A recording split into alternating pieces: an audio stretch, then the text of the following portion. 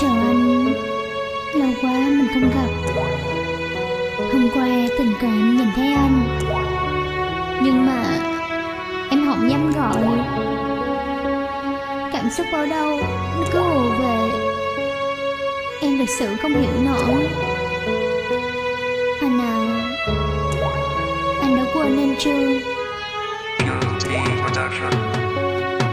Sao bao tháng ngày rời xa, mình đã quên nhau chưa tình cũ. Còn em vẫn nhớ đến anh, vẫn thầm gọi anh trong giấc ngủ. Em đã không giữ được cho anh những hạnh phúc mà anh từng mơ. Chỉ biết đứng nhìn anh từ đằng xa, chỉ vỏn vẹn một chữ chờ. Anh đã quên em chưa, nhưng còn riêng em thì vẫn nhớ. Cũng đã khá lâu mình không gặp nhau, hay ta không còn chung nhịp thở. Không phải do anh cũng chẳng do em, mà do chữ duyên ta đã tận. Nếu giữ làm chi một cánh hoa tàn, người vội vàng bước chẳng chút dừng chân. Bộ công anh từ rời xa, cành nguyện bay theo gió khắp muôn nơi. Dù là chia tay nhưng nghĩ về anh, tim em vẫn đau lắm anh ơi. Em không còn nhớ rõ khuôn mặt anh, không còn nhớ rõ những lúc anh cười. Chỉ là mơ hồ ở trong tiềm thức, em vẫn chưa quên được dáng hình người. Quay về đi anh, em không thể nào nói như ngàn đắng ở trong tim. Mình đã xa nhau được chừng ấy, cớ sao em vẫn cố gắng kiếm tìm. Tự dõi theo anh ở trên Facebook để xem cuộc sống anh có tốt không. Đã khá lâu rồi anh quên em chưa, hay đã có người lấp đầy khoảng trống. Chỉ đã yếu lòng nên mượn điệu biết để trải lòng mình một chút thôi.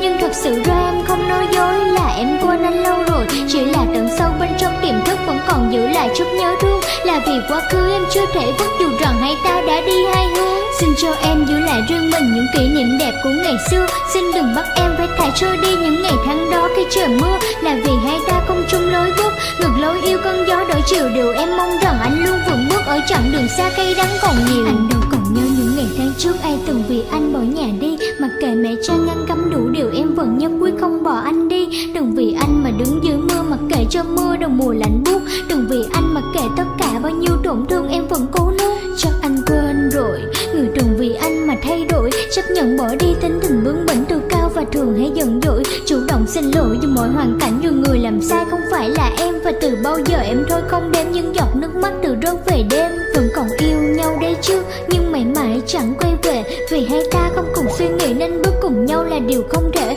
Anh vô tình này em chưa tốt, chưa đáp ứng được những thứ anh cần. Nói em nghe đi có phải hay không, em đang tỉnh hay đang say. Quên nhau chưa tình cũ, chắc là quên rồi đúng không. Em hỏi thường vậy để làm gì, tự gieo cho mình nhiều thất vọng. Dù biết còn yêu nhưng ta không thể quay về như ngày xưa. Dù biết là sai nhưng sao vẫn nhớ, mặc dù tổn thương nơi em còn chưa. Chỉ là yếu lòng nên mượn điệu biết để trải lòng mình một chút thôi. Nhưng thật sự ra em không nói dối, là em quên anh lâu rồi. Chỉ là tận sâu bên trong tiềm thức vẫn còn giữ lại chút nhớ thương. Là vì quá khứ em chưa thể vứt, dù rằng hai ta đã đi hai hướng. Xin cho em giữ lại riêng mình những kỷ niệm đẹp của ngày xưa. Xin đừng bắt em phải thải trôi đi những ngày tháng đó khi trời mưa. Là vì hai ta không chung lối bước, ngược lối yêu cơn gió đổi chiều. Điều em mong rằng anh luôn vững bước ở chặng đường xa cay đắng còn nhiều.